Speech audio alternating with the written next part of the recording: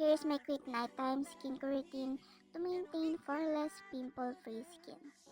After washing my face, I apply Art of Arming Blackhead Mask. And habang inaantay ko matuyo yung mask, nag-apply muna ako ng Gluta-Berry Lotion from Bella Amore Skin. After that, I'm using Ibano Bleaching Dew Spray on my underarm. And once a week lang ako gumagamit itong mask.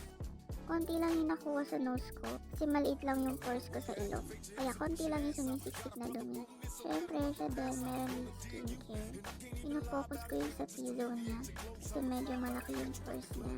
And lagi siyang nasa tilt. Kaya medyo marami siyang whiteheads and blackheads.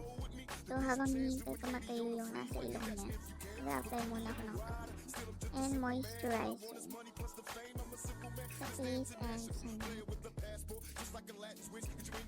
Gumamit din ako ng eye gel for under eye.